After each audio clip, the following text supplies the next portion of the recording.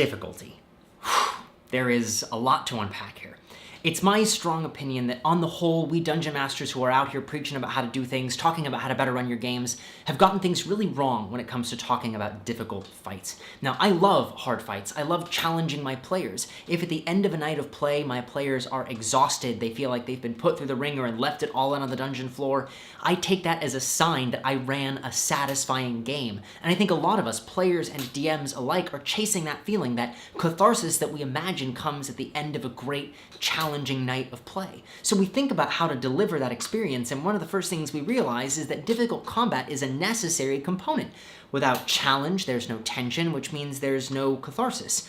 So then we think about how to build hard fights, and most of what we're told online or in our source books is that difficult fights are about the numbers. Hard fights are about a lot of monsters at once, or high CR monsters, or a lot of high CR monsters at once. And so we do that. We build fights that, according to the rules, are difficult, and we stop.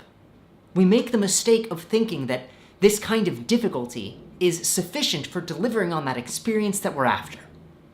It is not. That right there is one of the core pieces of advice I hope to deliver on this topic.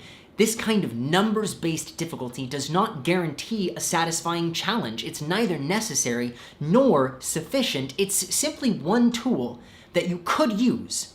That's it. Just like our previous two videos on interesting combat, I'm going to spread this topic across a few different videos. So here in this first video, first we're going to talk about how not to use this kind of numbers-based difficulty. Then we're going to talk about how to make great use of it. And third, we're going to look at a concrete example of an encounter that's basically completely designed, but there just need to be decisions made about how difficult to make the combat portion of that encounter. And I think then in the next video, we're going to try to move away from talking about numbers and CR, and we're going to approach difficulty from a completely different perspective. My friend Ryan, who is a game designer, coined this term that we frequently use to describe a certain kind of poorly designed combat challenge. We call it a parking lot fight. Now, a parking lot fight is a fight in which the players and the enemies fight in this wide open space that's largely devoid of any interesting or significant features.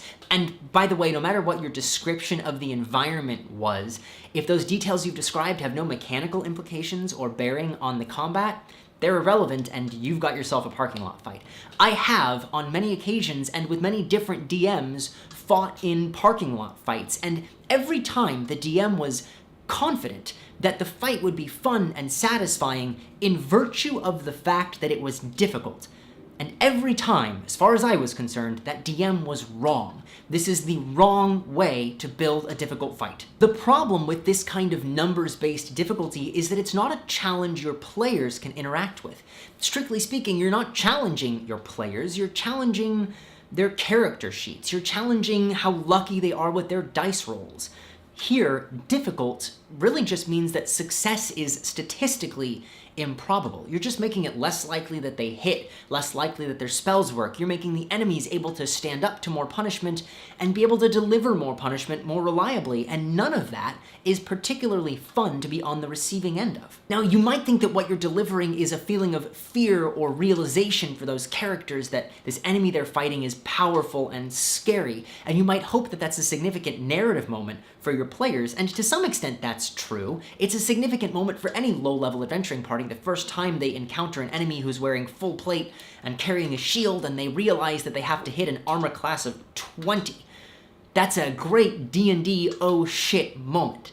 But after that moment passes, what's left is an entire combat of 70% miss chance, and in my experience, that is a formula for a lot of frustration.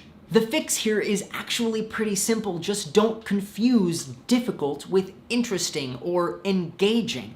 A fun fight is going to be fun regardless of how difficult it is. Now, that's not to say that engagement and difficulty don't interact, because of course they do, but you can't build a mechanically difficult fight and just expect it to be engaging. If anything, it works the other way around. You purchase difficulty with engagement, with interesting encounter design. So, how should we be using this numbers-based difficulty in our combat design?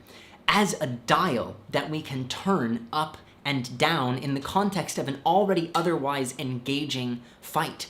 First, Design an encounter that is fun, active, has things in it for your players to interact with and make decisions around. If you're looking for more on that, here is yet another shameless plug on my previous 2 videos about interesting combat. And go ahead and look at monster stat blocks while you're doing this. Use their abilities to help shape the encounter's design and level design and play space, but make sure that the combat stands on its own, is engaging and interesting, independent of how numerous or difficult you expect those monsters to be.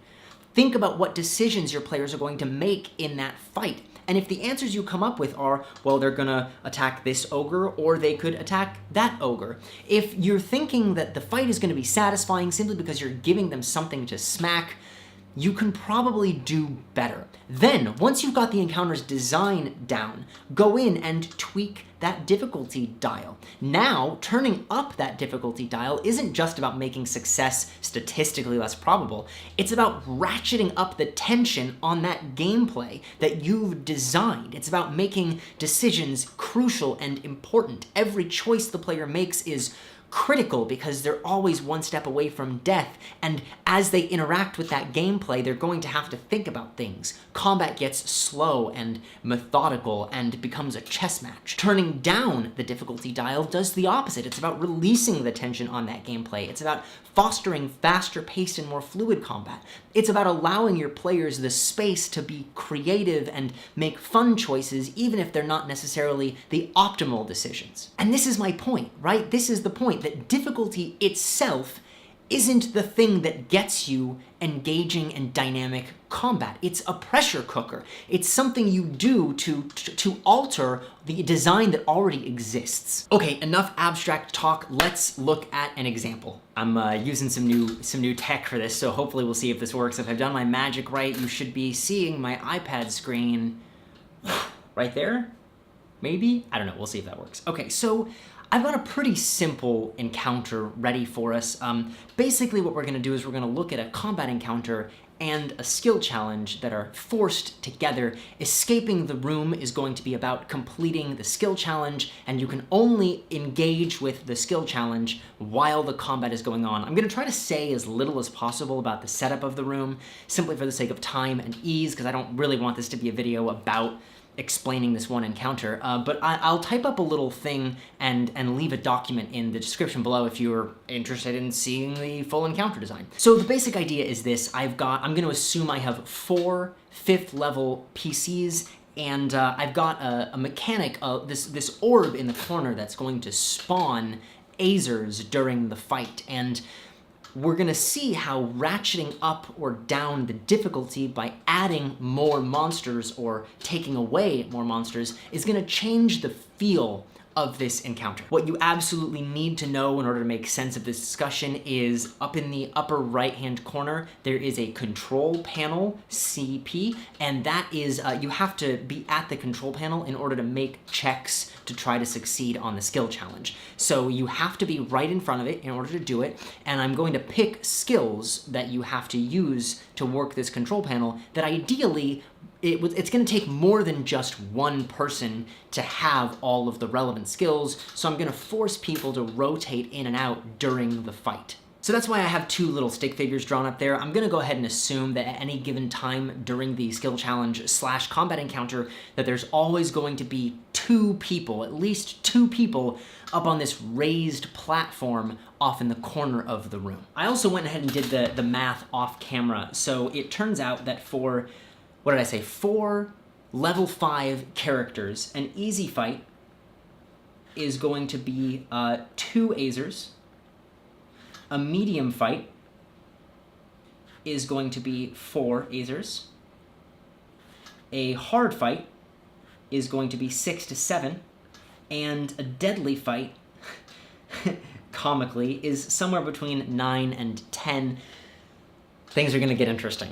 So if I'm going to assume that I've got 2 players up on that platform in the corner at any given time, I've either got a 3rd player here and a 4th down on the floor somewhere, or they're all going to try to cram up on the platform, or maybe I'll have 2 people down here in the room. Either way, what is an easy encounter going to look like? An easy encounter is going to look like the orb spawning 2 Azers in the room. So let's imagine how this combat is going to play out. You have to have the combat going on in order to interact with the skill challenge. If you want to know how I'm forcing that to happen, go ahead and read the encounter description in the document that I've linked below.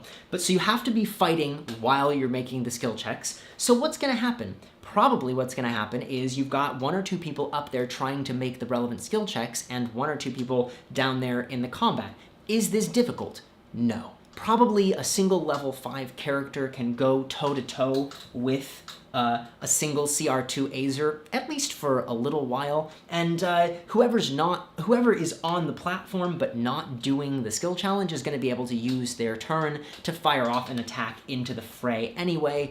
This is going to be fairly simple, so I would imagine the player behavior that this easy encounter is going to engender is one of moving around a lot. People are going to be moving up to the platform and moving in and out of combat trying to make the relevant skill checks, and they're not going to worry too much about how close the Azers get.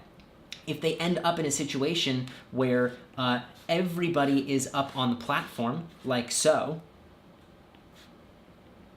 and you have these 2 Azers that are essentially below the platform, crowding them, trying to pull people off, making attacks up there, they're not going to worry too much about it because, you know, worst case scenario, the players drop down, they deal with the monsters, they go back up, and they make a check or 2 on the skill challenge, right? So, as I was saying, this low difficulty encounter isn't a bad thing, it just creates a different sort of encounter. Let's look at what it would look like if we ratcheted that up a bit and threw another 2 Azers in there. Now we've got a medium encounter. So what's interesting about this setup right here is as a player, I would start to get a little nervous about this. If I was forced into a corner with all of my party and we have trouble moving around on this little platform and we've been crowded around by all of these bad guys, it's not unmanageable, but it's certainly a little bit more critical, right? It's a little bit more challenging. We've got a little bit of a release valve. People could jump down this way if necessary, and probably that's what's going to happen. And decisions can still be more or less fluid. A mistake here or there, a suboptimal decision,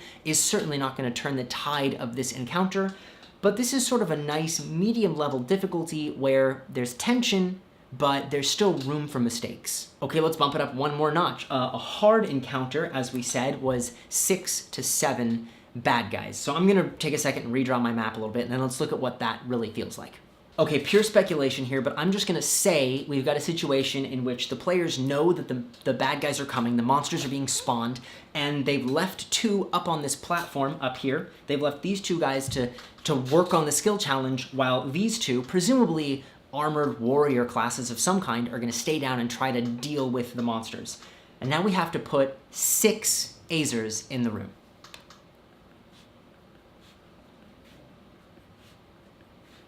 And let's just say 1 snuck around and is going to go for that platform. How do you feel as a player knowing that you've got to get 6 successes on a skill challenge to proceed out of this room, and you've got all of these monsters coming at you? So I know how I would feel. I would feel like it's a red herring to try to deal with both at the same time. Even if the encounter's design is going to force me to do that on some level, I'm going to try to focus my efforts on one thing or the other as much as possible and not try to spread my energies too thin. So probably my group as a player that I'm a part of in this version of the encounter, probably what we're going to try to do is get the Azers down, get these monsters down as much as possible so that we're only dealing with like 1 or 2. In other words, get back to that point where the encounter feels more like an easy encounter before we head back to making the skill check. So what's going to happen here is there's going to be this kind of shifting tide back and forth between the more combat-focused rounds and then the more skill challenge-focused rounds. Because of the setup of this room, I'm still going to make sure as the DM that you've got to do both at the same time, right? You can't just have a combat encounter and then have a skill challenge and move on. This is going to be a little bit ridiculous and silly, but let's look at what a deadly encounter with these Azers would look like. 7, 8, 9, 10.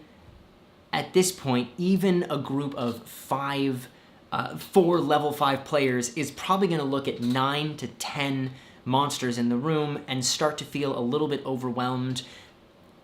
It's a little bit unreasonable to think that they're going to try to manage both the skill challenge and the combat challenge at the same time. At this point, what they're going to do probably is either put 100% of their effort into killing some of these monsters, or they're going to put 100% of their effort into just protecting the people working on the skill challenge, get the skill challenge done as quickly as possible, and get out of the room and not worry about finishing the combat. That is interesting, that is engaging, that is dynamic, that is forcing hard and fun choices from your players. So there's nothing wrong with this version of the encounter, right? Ratcheting up that difficulty is a useful tool. But my point is this. Imagine any of these versions of the encounter that we've just looked at without the skill challenge. Imagine a version of this room in which the point was to walk in and kill some dudes and walk out. That's boring. It's boring even if you've got all 10 of these monsters in the room. It's difficult. It's certainly a challenge.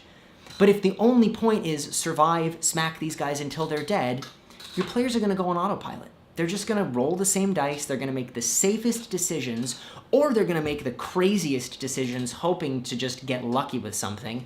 And I don't know about you and your culture at your table, but for my money, that feels like I have failed as a game designer. So there we go, that's our first video on difficult combat. To summarize, the ideas we discussed were essentially this. Mechanically difficult fights that are hard simply because you're throwing high CR monsters or a lot of monsters at your players in isolation with nothing else going on. These are boring. This is a bad way to generate a good, satisfying challenge and to generate interest in your game. There's got to be other stuff going on.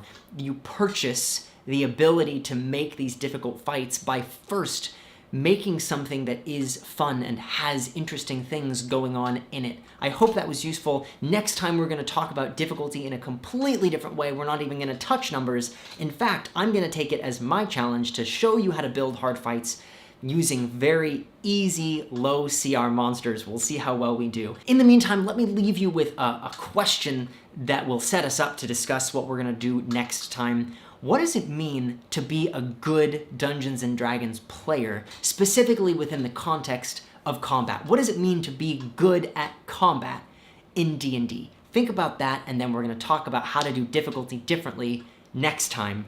See you then.